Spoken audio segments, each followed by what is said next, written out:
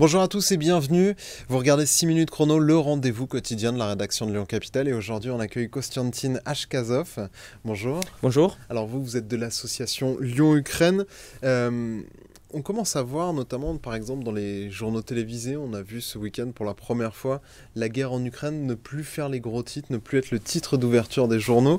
On parlait plutôt du prix de l'essence. Est-ce que vous redoutez ce moment où la solidarité ou le conflit ukrainien va finalement être relégué au deuxième plan ? Moi, je pense que c'est toujours dans les médias, quand quelque chose commence, c'est toujours à la première page. Après, si ça commence à traîner, bon, c'est plus intéressant de parler de la même chose. Je pense que ça mérite quand même d'être sur la première page parce que le conflit évolue. La Russie, elle commence à préparer des autres actions. Par exemple, maintenant, la ville de Mariupol est siégée. Ils ont pris contrôle des 2 stations nucléaires. Ils avaient déjà essayé de bombarder les bâtiments à côté des réacteurs pour montrer qu'en fait, s'ils veulent, ils peuvent aussi exploser des réacteurs. Et aussi, ils avaient parlé des armes chimiques ils disent que c'est l'Ukraine prépare pour attaquer la Russie. Mais on sait bien que ces discours de la Russie, s'ils commencent à sortir des accusations vers l'autre côté, ça veut dire qu'ils veulent utiliser la même chose plus tard. Donc il faut faire attention. Et aussi, la Biélorussie, maintenant qui est en question, ils sont en train de négocier avec la Russie pour entrer en guerre. Et le président biélorusse, il est hésitant et a juste... Sa population le serait aussi. Mais vous, est-ce que vous avez l'impression que l'élan de solidarité qui était né depuis la fin du mois de février commence à s'essouffler dans ce que vous voyez au quotidien à Lyon ?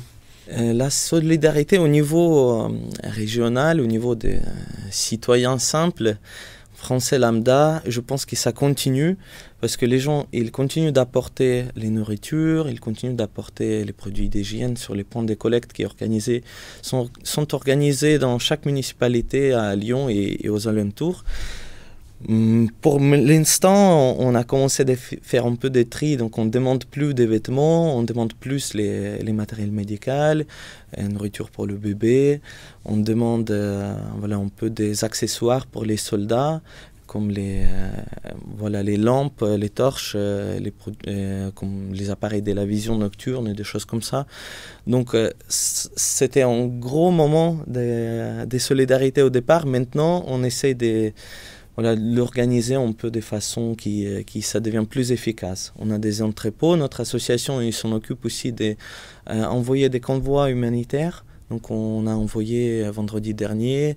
Après, ce mercredi, il y a aussi un camion qui part à l'Ukraine. On les envoie surtout à l'Ukraine de l'Ouest.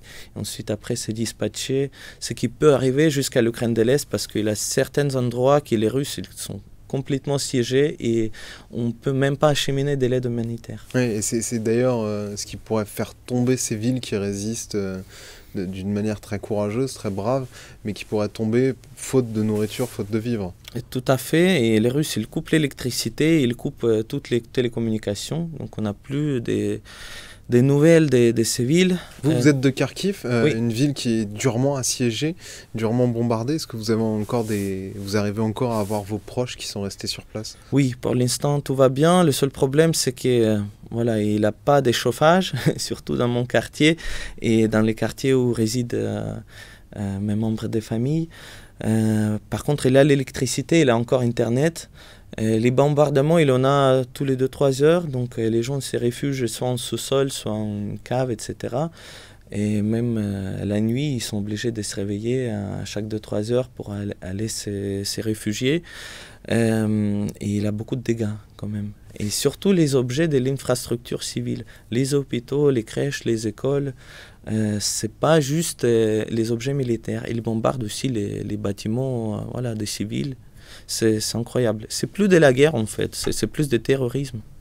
Comment vous jugez, vous en tant que franco-ukrainien, en tant que ressortissant ukrainien, la solidarité dont fait preuve la communauté internationale vis-à-vis de l'Ukraine ?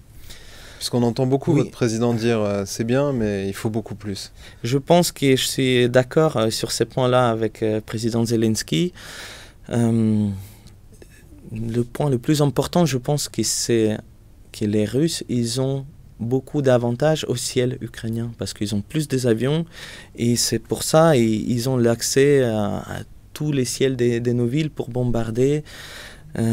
Ça, on a demandé à plusieurs reprises pendant les manifestations. Zelensky le dit plusieurs fois, il faut fermer le ciel ukrainien.